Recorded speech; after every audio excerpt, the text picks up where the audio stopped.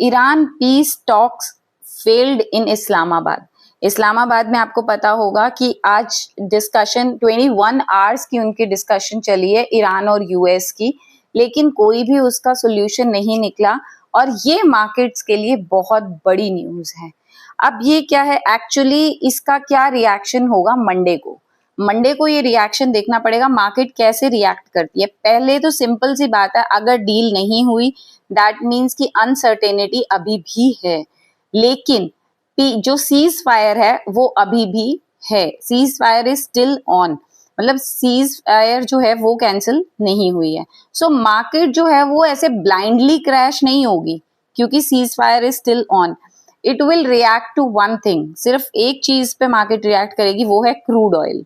अगर overnight crude oil बढ़ जाता है तो उस केस में जो है आप एक्सपेक्ट कर सकते हैं कि मार्केट गिरेगी मतलब ऑब्वियसली वो क्रैश नहीं होगी बट फॉल होगी।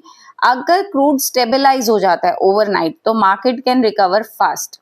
अगर वो स्टेबलाइज हो गया तो मार्केट रिकवर भी हो जाएगी जल्दी से।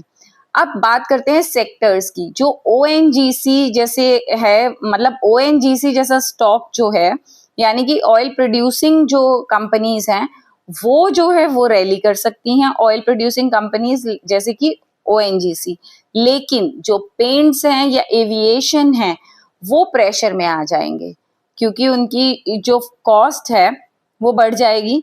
और लेकिन सबसे बड़ा इनसाइट आपको ये कल के लिए मार्केट के लिए ये देखना है कि कल जैसे वॉर जो है वो अभी नहीं चल रही है, एस्केलेट नहीं हुई है, तो आपको पैनिक सेलिंग नहीं करनी है। और अगर एस्केलेट नहीं हुई है यानी कि प्राइसेस और ज्यादा गिरने की चांसेस कम है तो आप डिप्स पे बाय कर सकते हैं स्टॉक्स को। और सेलिंग, पैनिक सेलिंग तो बिल्कुल नहीं करनी है क्योंकि मार्केट रिकवर भी बहुत जल्दी होगी। अगर आपको कुछ बाय करना है तो आप डिप्स पे बाय कर सकते हैं क्योंकि वॉर एस्केलेट नहीं हुआ। अगर वो एस्केलेट होता तो यानी कि स्टॉक्स अभी और ज्यादा गिरते, लेकिन एस्केलेट नहीं हुआ तो हम डिप्स पे बाय कर सकते हैं। तो कल जो है आपको डरना नहीं है, it's not about fear, it's about tracking oil and reacting fast.